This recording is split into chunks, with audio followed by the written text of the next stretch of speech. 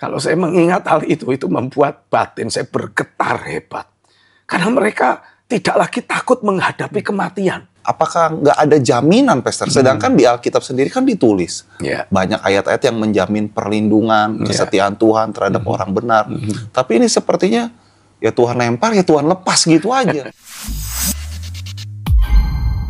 Pastor Stephen, kita udah lama nggak ngobrol dan saya pengen nanya langsung tanggapan Pastor Stephen. Khususnya mengenai peristiwa yang baru-baru terjadi nih, Pastor. Penembakan Charlie Kirk. Yang di Amerika. Seorang aktivis yang katanya kadang-kadang sebagai orang benar lah begitu, Pastor. Menyuarakan kebenaran, mendapatkan banyak konfrontasi, tapi beliau bisa memutarbalikan pemikiran orang dengan sudut pandang yang ia miliki. Nah itu menggegerkan dunia, Pastor. Maksudnya ya dari kalangan kita sendiri melihat nih, ibaratnya ada nih orang benar, tapi ya akhirnya harus berakhir dan dengan kematian. Akhirnya kan suara yang dia katakan harus berhenti di situ, Pastor. Nah, menurut Pastor, ini peristiwa seperti ini, bagaimana kita sebagai orang percaya menanggapinya, Pastor? Ya, sebetulnya kalau kita mau mencoba melihat peristiwa pembunuhan Charlie Kirk ini, kita nggak bisa melihat hanya dari momen itu saja.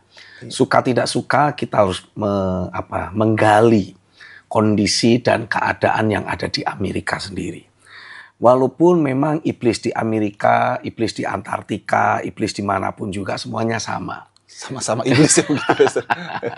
Tapi kurang lebihnya.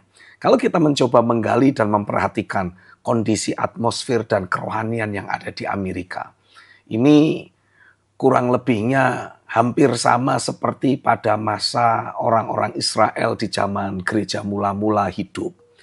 Di mana kondisi kekristenan di Amerika itu sudah sedemikian merosot, sudah mengalami degradasi sedemikian rupa, sehingga bahkan istilahnya itu filosofi hidup dan nilai-nilai kehidupan kekristenan yang dulu sangat kental, itu sudah berganti menjadi filosofi dan kehidupan yang sangat liberal.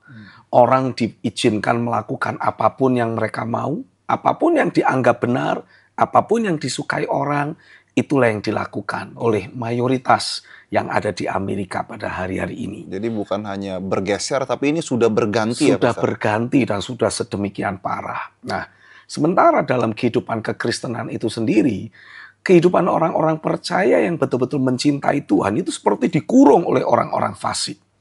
Jadi ketika kemudian kita mendapati ada seorang Charlie Kirk yang menyuarakan kebenaran, kampanye di kampus-kampus, mencoba mengubah jalan berpikir anak-anak muda, ini dianggap sebagai musuh bersama yang sangat-sangat pengennya segera dieliminasi. Nah, hanya memang yang menarik dalam kasus ini, yang melakukan tindakan eliminasi tersebut, ternyata adalah seorang anak muda umur kira-kira 20-an tahun, berasal dari keluarga yang baik-baik dan bahkan rajin ke gereja. Tapi dalam perjalanan hidup yang selanjutnya ketika dia masuk ke usia anak-anak muda yang sewajarnya kuliah, ketika dia masuk ke dunia kampus, ternyata kondisi dan keadaan dunia kampus yang ada di Amerika itu sudah sedemikian parah. Sehingga dengan mudah anak ini terbrainwash, tercuci otaknya dengan berbagai paham radikal yang sangat liberal. Belum lagi pergaulan dia yang menurut konon ceritanya sangat dekat dengan orang-orang LGBTQ, sehingga ikut mempengaruhi jalan berpikir dan keputusan-keputusannya. Dan diperkirakan itulah yang menjadi motivasi utama kenapa dia mengeliminasi Charlie Kirk. Jadi tapi terlepas nggak suka begitu ya, Pastor? Yes. Jadi nuansa kebencian itu sangat kuat sekali terhadap kebenaran. Nah, dari kondisi dan keadaan seperti itulah, saya mendapati peristiwa yang menimpa Charlie Kirk ini lebih mirip kayak istilahnya, aniaya yang dialami oleh orang-orang percaya di zaman gereja mula-mula. Dan memang setelah peristiwa itu terjadi, ini seperti penggenapan ayat firman yang menulis satu biji gandum kalau jatuh ke dalam tanah dan mati, baru dia akan mulai bertumbuh dan memunculkan lebih banyak lagi. Istilahnya patah satu tumbuh 1000. Lewat peristiwa tereliminasinya Charlie Kirk ini, kita mendapati ada begitu banyak mahasiswa dari berbagai kampus, dari berbagai kota di Amerika, bahkan di berbagai belahan dunia, yang seperti tersulut oleh sesuatu, lalu kemudian melakukan banyak reli doa. Jadi ini seakan-akan iblis yang gerah karena ada satu orang yang terus menyuarakan kebenaran, mencoba menyampaikan prinsip-prinsip firman, anti aborsi, anti LGBTQ dan sebagainya di kampus-kampus yang notabene-nya sudah dikuasai oleh kelompok-kelompok itu. Itu ketika iblis mulai melakukan serangan frontal, mencoba untuk mengeliminasi, membunuh suara tadi, Tuhan justru membalikkannya untuk menjadi seperti apa istilahnya, darah martir yang dipakai Tuhan untuk menyuburkan Injil di satu daerah. Dan itulah yang kelihatannya mulai muncul di Amerika. Orang-orang yang selama ini diem-diem, cuek-cuek, ya yang penting saya hidup benar, biarinlah orang lain dengan segala kefasikannya, atau itu juga hak mereka. Ini seperti mulai bangkit di dalam roh dan kemudian menunjukkan jati dirinya. Mereka mulai memberikan support secara moral, mereka memberikan support secara langsung kepada keluarga yang ditinggalkan. Lalu kemudian mereka membuat pertemuan-pertemuan doa, reli bersama, hanya untuk menegaskan bahwa ini waktunya kekristenan dan kebenaran kembali dimunculkan dan bersuara lantang.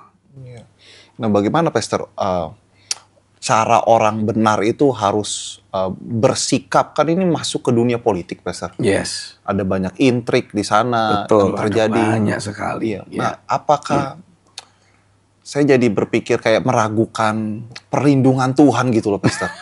Karena kan apa ya? Ini udah diutus, ibaratnya gak dilindungi lah begitu loh, Pastor. Apa susahnya sih Tuhan buat peluru itu meleset? Kan apakah nggak ada jaminan, Pastor? Sedangkan di Alkitab sendiri kan ditulis banyak ayat-ayat yang menjamin perlindungan, kesetiaan Tuhan terhadap orang benar. Tapi ini sepertinya ya Tuhan lempar, ya Tuhan lepas gitu aja. Nah, ada nggak sih, Pastor, maksudnya contoh-contoh yang benar-benar ya setidaknya kan akan menciptakan trik, misalkan nih, Pastor, ditembak tapi meleset pelurunya, Tuhan jagai. Kan itu kan lebih men-triggernya lain tuh, Pastor. Wah, ternyata bisa nih jadi orang benar, Tuhan lindungi. Tapi ya nggak tahu juga ya, mungkin kalau saya berpikir, wah, satu aja mati nih gitu, Pastor. Apalagi kita mau muncul ya mungkin akibatnya bisa sama juga. Tapi ya bagaimana nih, Pastor, kita menyikapi untuk bisa sama-sama menyuarakan kebenaran, tapi mendapatkan perlindungan Tuhan. Ya, yang pertama yang kita harus sadari adalah hidup kita ini bukan milik kita lagi. Itu harus betul-betul tertanam kuat dalam hidup kita. Hidup kita ini adalah miliknya Tuhan. Dan di sisi yang lain, pastikan kita terus berjalan di dalam panggilan yang Tuhan tetapkan untuk diri kita. Apapun resikonya. Apapun resikonya. Karena ini yang kita pelajari. Di dalam perjalanan sejarah kekristenan, dari sejak gereja mula-mula, selama sekian tahun lamanya, gereja mula-mula atau jemaat orang-orang percaya di zaman mula-mula, itu selalu menjadi target. Selalu dijadikan sebagai tempat paling enak untuk melemparkan kesalahan, dijadiin kambing hitam.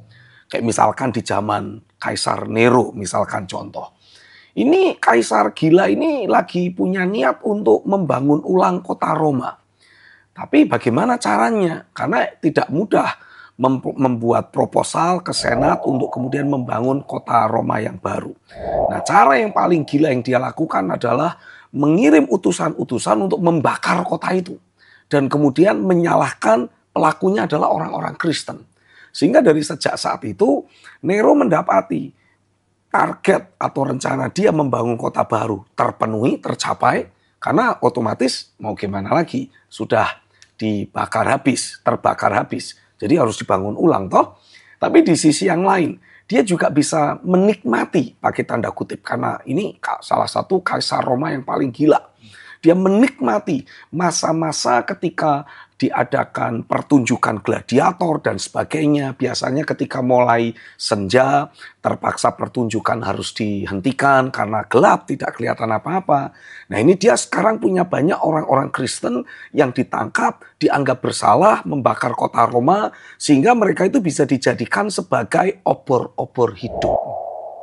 Jadi ketika orang-orang Kristen ini ditangkap, pertunjukan gladiator masih ingin dilanjutkan, sementara hari sudah senja, ini orang-orang Kristen diikat di tiang-tiang besar, lalu kemudian disiram dengan aspal panas dan dijadikan obor raksasa. Pertanyaannya, di mana Tuhan di saat itu? Kita mundur ke belakang, ketika Stefanus sedang bersoal jawab dengan orang-orang yang dari kelompok Herodian, dan mereka tidak bisa mengungguli hikmat dan kemampuan Stefanus dalam menjelaskan prinsip-prinsip firman. Sehingga orang-orang ahli Taurat itu marah luar biasa. Tapi Alkitab menuliskan, muka Stefanus berubah seperti muka malaikat. Dan ketika ditangkap, dibawa keluar kota, mau dilempari batu sampai mati, Alkitab justru menuliskan, Stefanus melihat Yesus sebagai Tuhan berdiri dari tahtanya. Seakan-akan siap menyambut dia. Dan ketika Stefanus dilempari batu sampai mati, doa yang diucapkannya adalah, jangan timpakan dosa ini kepada mereka. Pertanyaannya, kenapa kok Tuhan tidak bertindak membela Stefanus di saat itu? Apa? Tapi dari sini kita bisa belajar bahwa di balik setiap peristiwa buruk yang terjadi dalam hidup orang-orang benar, sesungguhnya Tuhan tidak pernah membiarkan hal buruk itu menjadi sesuatu yang menakutkan buat gerejanya. Justru ini seperti sebuah pupuk yang membuat Injil jadi semakin subur. Lewat kematian Stefanus, Saulus mengalami zaman Tuhan dan berubah jadi Paulus.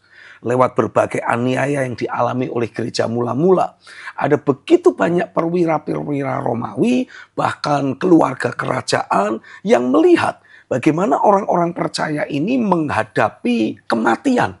Tidak dengan ketakutan seperti kebanyakan mereka, tapi betul-betul dengan sebuah rasa bangga, rasa yang penuh syukur. Karena menurut catatan sejarah diceritakan ketika orang-orang percaya ini digiring masuk ke Kolosium atau di arena pembantaian, mereka itu tidak masuk ke arena pembantaian dengan ketakutan, tapi justru dengan senyum yang lebar. Iya. Kalau saya mengingat hal itu membuat batin saya bergetar hebat. Karena mereka tidak lagi takut menghadapi kematian. Mereka masuk arena itu dengan menyanyikan pujian, saling bergandeng tangan untuk saling menguatkan. Dan itulah yang membuat banyak orang bertanya-tanya. Apa yang membuat orang-orang percaya ini rela mempertaruhkan nyawanya? Kalau dikatakan, oh itu karena kisah tentang Yesus yang bangkit dari antara orang mati. Masa ada orang yang mau mempertaruhkan nyawa hanya untuk sebuah kisah kosong? Pasti mereka akan lebih mudah untuk berbalik dan kemudian berkata, udahlah daripada gua mati konyol. Tapi disebabkan karena kebangkitan Yesus bukanlah sesuatu yang hanya cerita kosong, tapi betul-betul real dan itu mereka alami. Ini yang membuat mereka berani mempertaruhkan nyawanya untuk sesuatu yang mereka percayai. Karenanya saya berdoa untuk setiap saudara sebagai orang-orang yang secara langsung berinteraksi dengan kebenaran firman. Pastikan engkau bukan hanya sekedar menggali dan belajar prinsip firman. Pastikan engkau mengalami secara pribadi kuasa kebangkitan Kristus. Sehingga apapun tantangan, apapun pergumulan, apapun bahaya yang harus kita hadapi, kita tidak akan menyerah. Kita akan terus melangkah dengan kepastian, terus melangkah dengan iman yang teguh dan percaya. Apapun yang terjadi, semua untuk mendatangkan kebaikan bagi kita dan akan selalu memperbesar pengaruh kerajaan sorga di atas muka bumi ini. Amin. Haleluya. Pastor, apakah polanya memang harus begitu, Pastor? Maksudnya kalau kita pakai contoh di perjanjian baru, kisah gereja mula-mula ya memang seperti itu.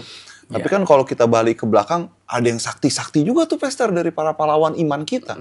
Yang memang menyuarakan kebenaran, langit membackup begitu Pastor. Ada Musa, ada Elia, yang memang rasanya nggak ada mati-matinya ini orang-orang ini.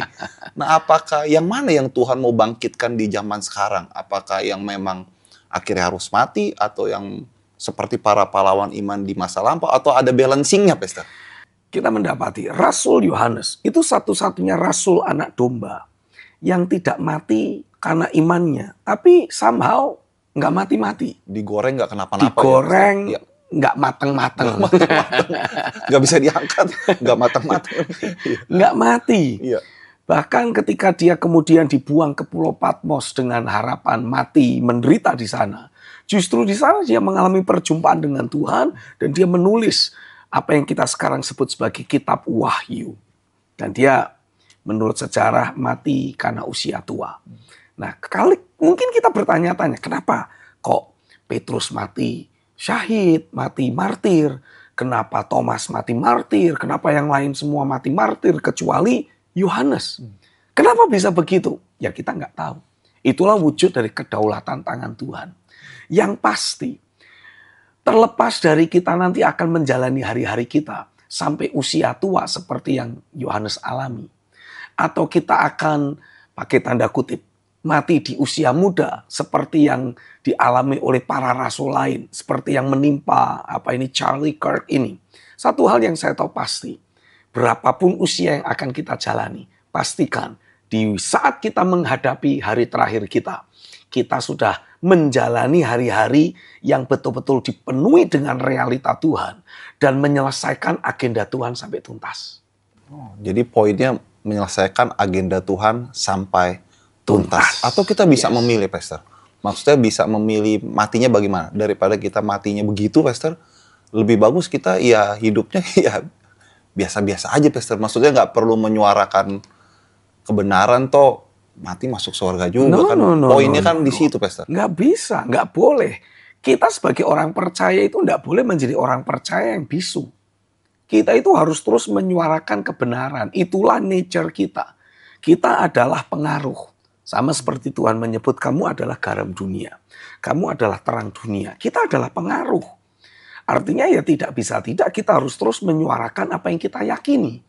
Terlepas dari orang di sekitar kita mau menerima atau tidak, itu bukan urusan kita lagi. Yang penting kita terus doakan mereka dan kita terus menyuarakan suara Tuhan dan kita pastikan apapun yang Tuhan ingin lakukan dalam hidup kita, itulah yang terwujud dan itulah yang terjadi. Paulus itu beberapa kali sudah hampir mengalami kematian. Dia juga pernah dilempari batu sampai mati. Karena orang Yahudi itu tidak mau berhenti lempar batu sebelum korbannya mati. Mereka punya banyak batu, cukup banyak gitu kira-kiranya. Jadi kalau mereka berhenti lempari Paulus, artinya mereka mendapati Paulus sudah mati. Tapi karena memang waktunya belum selesai, ya dia bangun lagi, hidup lagi. Makanya Paulus bisa berkata begini, aku tidak tahu mana yang lebih bagus. Kalau aku hidup, aku harus hidup untuk memberi buah. Kalau aku mati, aku menikmati kemuliaan Tuhan. Dan itu aku nikmati. Tapi Paulus bilang, rasanya aku lebih memilih hidup aja deh. Supaya aku bisa terus berbuah buat kamu. Nah, ini adalah orang yang sudah tidak lagi takut mati, sudah menaklukkan maut, sehingga dia bisa membuat sebuah keputusan. Kalau aku hidup untuk Kristus. Kalau aku mati, itu adalah sebuah keuntungan. Tidak ada lagi rasa takut untuk berinteraksi dengan kematian. Jadi dia akan terus menyuarakan kebenaran itu dengan lantang. Dan selama kita terus melakukan apa yang menjadi porsi kita, saya yakin Tuhan melakukan porsinya. Kalaupun karena satu dan lain hal, kita harus mati martir karena iman kita. Oh itu sebuah kebanggaan itu. Wah ampun, Pastor, beneran Pastor maksudnya. Kok saya jadi ngeri ya, Pastor? Itu kebanggaan tapi itu. sakit loh, Pastor. Apalagi kalau misalnya kita matinya disiksa dulu, Pastor. Aduh, sanggup gak itu, Pastor? Kayak gitu, Pastor. Sama seperti Yesus sebelum disalibkan, dia juga mengalami aniaya. Tapi karena ada pekerjaan roh, pekerjaan firman yang terus terjadi dalam hidupnya, maka Yesus dimampukan untuk melewati semua itu. Nah, kalau kita membaca di dalam kisah-kisah sejarah orang percaya, orang-orang percaya di zaman gereja mula-mula yang mengalami aniaya, itu juga dimampukan oleh karena anugerah Tuhan. Dimampukan oleh karena Oke, ada harapan. Ada yang memampukan. Jadi istilahnya, walaupun kita harus berhadapan muka, istilahnya bertatap-tatapan mata dengan maut, langsung berhadapan muka, tatap-tatapan mata dengan maut, kita tidak akan mengalami ada ketakutan. Sedetik pun juga. Kita tidak akan mengalami adanya kegentaran. Sedikit pun juga. Karena akan selalu ada anugerah yang memampukan. Bukankah Alkitab juga menubuatkan maut itu sudah ditelan dalam kemenangan. Jadi semua sikap, tindak, tanduk, perilaku maut terhadap orang percaya itu cuman belagak doang. Nah, kita sebagai orang percaya jangan mau digertak oleh maut. Pastor, itu gimana caranya, Pastor? Maksudnya begini, Pastor. Jangan kan berhadapan dengan maut, kita ibaratnya mau berani begitu. Dompet kosong aja kadang takut, Pastor. Dompet kosong takut. Maksudnya ngeri, terus kita apa lagi? Ya sakit sedikit aja kan sudah juga. Wah, menjadi sebuah masalah. Menjadi takut masalah. Naik jet coaster halilintar juga takut, Pastor. Takut mati juga. Maksudnya ada banyak hal yang sebenarnya nggak perlu berhadapan dengan maut, tapi dengan hidup sehari-hari aja. Kadang kita sendiri sebagai orang percaya itu takut. Nah, gimana caranya, Pastor, mau bawa orang percaya itu naik ke level yang itu? Sedangkan yang di sini masih takut, Pastor. Ya, Alkitab menegaskan bahwa orang-orang percaya di zaman gereja mula-mula, ketika mereka harus berhadapan langsung dengan maut, mereka itu menghadapi maut bukan dengan kekuatannya sendiri. Mereka menghadapi maut itu dengan kepenuhan Roh Kudus. Sehingga mereka tidak ada lagi rasa takut, rasa cemas atau apapun juga. Nah, Alkitab juga menegaskan untuk kita sebagai orang-orang percaya yang hidup di hari-hari yang terakhir, walaupun kita tidak berhadapan langsung dengan maut, tapi kan kita ini tetap harus menjalani hari-hari kita dengan kepenuhan Roh Kudus. Itu kuncinya, Pastor. Itu kuncinya. Iya. Karena dengan kita terus menjalani hari-hari kita dalam kepenuhan Roh, maka tidak akan ada lagi kemanusiawian yang bermanifestasi.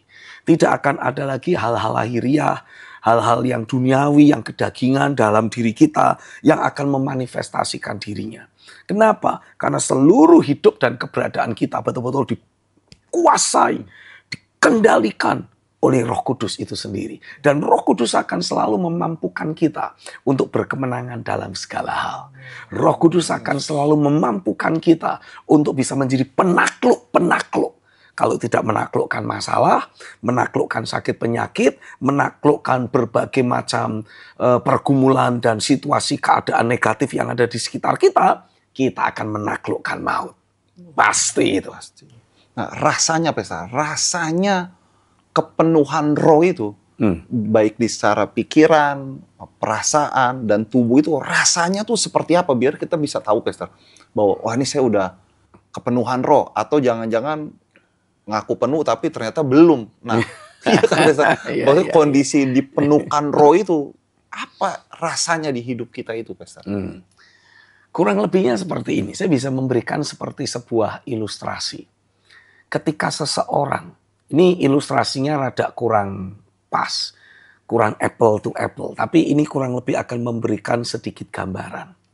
Ketika seseorang menyuntikkan narkoba, saya tidak ngomong Roh Kudus narkoba, tapi ketika seseorang menyuntikkan narkoba atau painkiller, maka walaupun ada luka di sana, dia tidak akan merasakan ada rasa sakit. Ketika seseorang menyuntikkan narkoba, dia akan tiba-tiba seperti ada di dunia yang berbeda.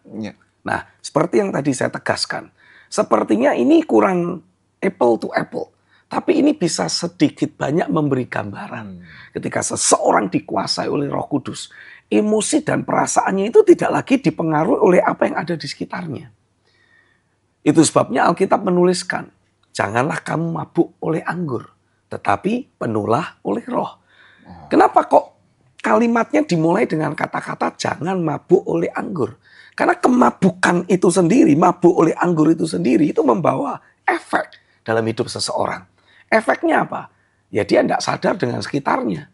Ya, jadi kalau ada orang ngaku mabuk, lalu kemudian, "Hei, ayo, aku minta duit kamu." Itu cuma pura-pura mabuk. Belum maboknya belum sampai kepenuhan mabok gitu. Orang kalau mabuk betulan, itu cuma bisanya diem aja sudah. Tidak bisa ngapa-ngapain. Jadi, Paulus memberikan penegasan dalam kitab Efesus. Pastikan kamu itu dipenuhi oleh roh, sama kayak orang lagi mabuk. Sehingga kita ini tidak lagi dipengaruhi oleh dunia di sekitar kita. Tapi betul-betul kita ada dalam sebuah dunia yang berbeda. Nah, Roh Kudus menegaskan, Tuhan itu menyediakan sebuah kerajaan yang berbeda. Bukan kerajaan yang dari dunia ini, tapi kerajaan yang tak tergoncangkan. Nah, ketika kita terhubung ke kerajaan yang tak tergoncangkan itu, secara sedemikian rupa, sehingga kita betul-betul terhisap sepenuhnya di sana. Kita tidak akan pernah bisa digoncangkan oleh apapun yang ada di bumi ini. Pastor, saya mau mabuk oleh roh. Tapi pertanyaannya, caranya gimana, Pastor? Kalau mabuk oleh minuman keras, kita buka buat beli minumannya, kita buka botolnya, kita minum sebanyak-banyaknya. Nah, mabuk oleh roh itu, apanya yang mau dibeli, apa yang mau diminum, nah bagaimana caranya, Pastor? Caranya simple. Setiap kali kita membuat sebuah keputusan, saya bertekad, doa, dan tidak akan berhenti sampai Tuhan menjamah hidupku. Saya bertekad, baca firman, dan tidak akan berhenti sampai Tuhan berkata-kata kepada saya. Ini kita sedang mengkondisikan diri kita untuk, pakai tanda kutip ya, membayar harga. Untuk membeli realita Tuhan, mendapatkan pekerjaan firman dan roh yang membuat kita mabuk oleh Roh Kudus itu. Tapi kuncinya itu, pokoknya aku tidak mau berhenti sebelum Tuhan menjamah hidupku. Aku tidak mau berhenti sebelum Tuhan berfirman dengan tegas dalam diriku. Itu berarti butuh apa, Pastor? Butuh disiplin diri atau butuh juga ada unsur ketagihannya, Pastor? Kan kalau orang mabuk kan kayaknya pengen lagi. Udah mabuk parah besok. Padahal kan orang mabuk parah itu kayak tadi Pastor bilang, kadang juga udah nyumpel di got mana. Tapi besokannya mau ulang lagi. Betul. Ada unsur itu juga ya, Pastor? Yes. Jadi saya belajar gini, ini pekerjaan firman dan roh dalam hidup seseorang. Itu dimulai dari ketika orang yang bersangkutan mengalami pekerjaan Roh Kudus, entah itu lewat seorang hamba Tuhan siapa, atau dia alami secara pribadi dalam kedaulatannya. Tuhan memberi hati yang haus lapar akan kebenaran, haus lapar akan realita Tuhan. Ketika dia mengejar realita Tuhan dengan kehausan, kelaparan dalam hidupnya, tidak ada alternatif lain. Tuhan pasti akan memenuhi dia dengan rohnya. Nah, ketika seseorang mengalami kepenuhan roh, jamahan Roh Kudus, satu level jamahan roh itu akan membuat dia kepengen yang lebih lagi. Mengejar dengan hati yang lebih haus, lebih lapar akan realita Tuhan. Semakin orang haus lapar akan realita Tuhan, semakin Tuhan akan penuhi dia. Semakin Tuhan menjamah dan memenuhi dia, semakin dia jadi haus lapar lebih lagi. Jadi ini kayak seperti sebuah siklus atau bola salju yang menggelinding, makin besar, makin hebat, dan makin hebat lagi. Nah, pastikan saja kita terus menjagai hidup kita supaya tidak dicuri oleh si iblis, tidak ditipu oleh si jahat, tidak didistract. Nah, biasanya distraction-nya lewat apa? Lewat konflik batin. Lewat rasa kecewa, sakit hati, ganjalan terhadap sesama. Kenapa ini sangat berbahaya? Karena Alkitab kan menegaskan, kalau kamu, kata Tuhan, tidak bisa mengampuni sesamamu, aku tidak bisa mengampuni kamu. Sebaliknya, dengan kamu tidak mengampuni sesamamu, kamu justru sedang memenjara dirimu sendiri dan memberi dirimu untuk disiksa oleh si jahat itu. Nah, tapi ketika kita belajar mengampuni orang yang bersalah, kita justru sedang menyembuhkan diri kita sendiri dan memperbaharui dimensi persekutuan kita dengan Tuhan. Jadi saya mau menegaskan kepada setiap saudara, ayo pastikan engkau tidak pernah menjadi orang yang menyimpan kepahitan, sakit hati atau semacam itu. Rugi tahu. Pastikan engkau terus minta kasih Kristus memenuhi hidupmu. Dan dengan adanya kasih Kristus, engkau dengan leluasa akan bisa mengampuni orang yang bersalah kepadamu. Yesus memberikan sebuah perintah, kasihilah sesamamu, sama seperti aku, kata Tuhan, sudah mengasihi kamu, sudah berkorban buat kamu. Nah, kalau kita sudah menerima kasih dan pengorbanan Tuhan, biarlah kasih dan pengorbanan Kristus itu betul-betul masuk, menguasai, mengubah seluruh nature kehidupanmu. Sehingga engkau tidak akan kesulitan untuk juga belajar berkorban buat orang lain, mengampuni, memaafkan semua orang yang bersalah. Sehingga kita akan terus memiliki keterhubungan yang sehat, yang akurat dengan keberadaan Tuhan sendiri. Terjadilah dalam hidupmu di dalam nama Yesus. Haleluya. Pastor, saya jadi ngeri-ngeri sendiri begini, Pastor.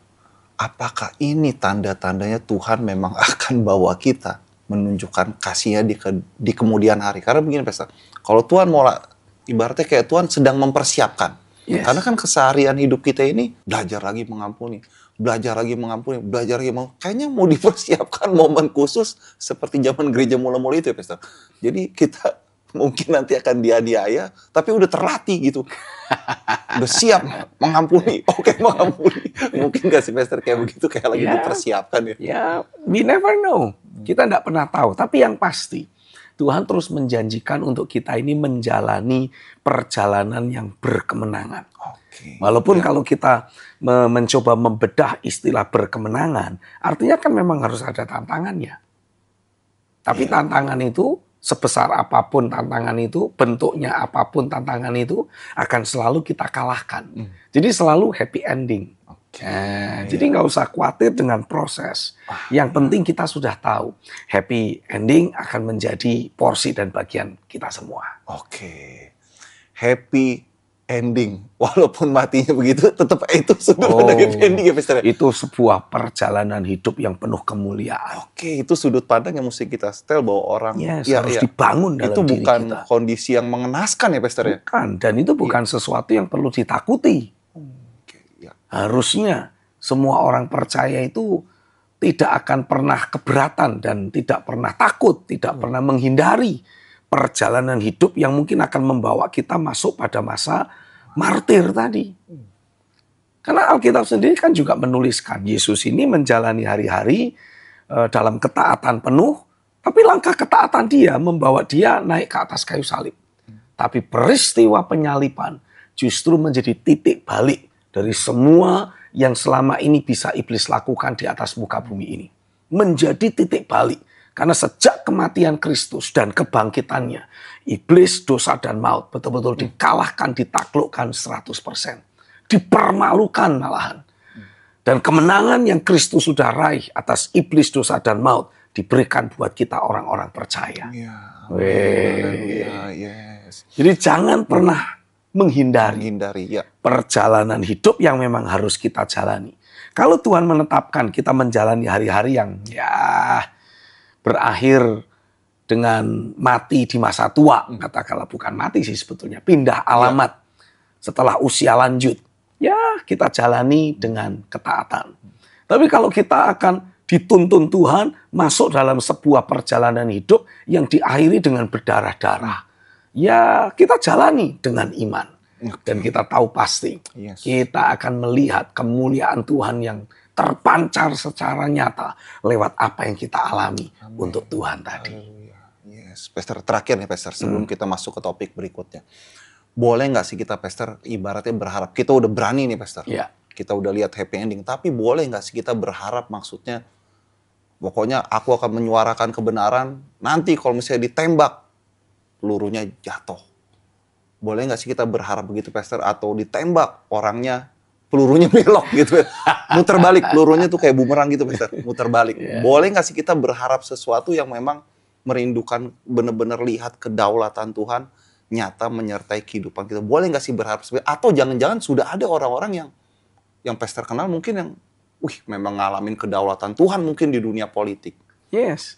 Kalau kita bilang, bolehkah kita berharap? Ya boleh-boleh saja. Tidak ada yang melarang. Karena memang pada prinsipnya begini. Ketika kita terus belajar menyerahkan hidup kita ada dalam kendali Tuhan, menyerahkan kehidupan kita untuk sepenuhnya direkayasa, sepenuhnya dikontrol, dan terus diselaraskan dengan agenda kekal Tuhan.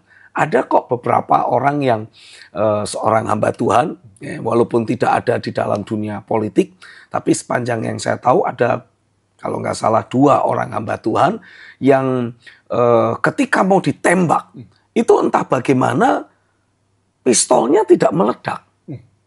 Jadi ditembak berkali-kali itu pelurunya tidak bisa keluar. Tapi ketika diarahkan ke atas, dor, gitu. Kaget sendiri yang nembak. Ada ya, Pastor ya? Ya, ada 2 orang hamba Tuhan yang saya pernah tahu mengalami kejadian seperti itu, 2 orang yang berbeda. Dan saya rasa di zaman sekarang ini, Pastor? Yes, di zaman sekarang. Okay. Dan saya rasa mereka yang ada di dunia politik pasti juga pernah mengalami masa-masa di mana Tuhan meluputkan mereka. Hanya mungkin mereka tidak tahu kisah behind the scene-nya. Gitu. Jadi kalau kita tanya, boleh nggak? Ya boleh-boleh saja. Tapi kan kembali, hidup kita ini bukan punya kita. Nggak bisa ngatur-ngatur. Hidup kita punya Tuhan. Dan biarkan Dia yang merekayasa mengatur semuanya. Yang pasti, seperti yang Paulus katakan, kalau aku mati, biarlah aku mati untuk kemuliaan Tuhan. Kalau aku hidup untuk menyatakan kemuliaan Tuhan. Amin. Gitu. Jadi kebangkitan orang benar yang berjalan dalam kedaulatan Tuhan Tuhan juga akan munculkan ya, Pastor? Pasti. Ya. Pasti. Kedaulatan Tuhan akan ikut bermain. Dan saya rasa lewat peristiwa yang terjadi dalam kehidupan Charlie Kirk ini, saya percaya Amerika akan mengalami perubahan yang drastis. Dunia kekristenan yang selama ini sudah mulai suam, sudah mulai dipengaruhi oleh berbagai faham-faham liberal, itu seperti dicuci dengan darah martir.